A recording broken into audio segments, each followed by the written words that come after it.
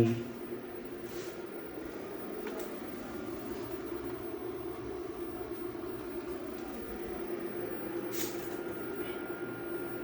we are done with the installation right now.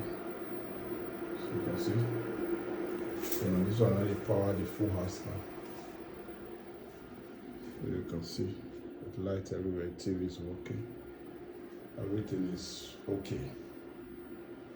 Okay. We are done with the installation of 1.5 kVA inverter. This is 1.5 kVA inverter. So these are the accessories. Then this is the battery.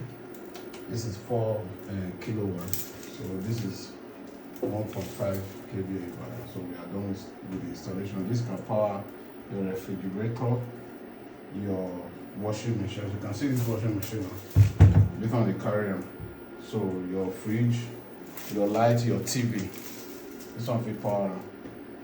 So we are done with the installation. So if you need something like this, let me know. Put it.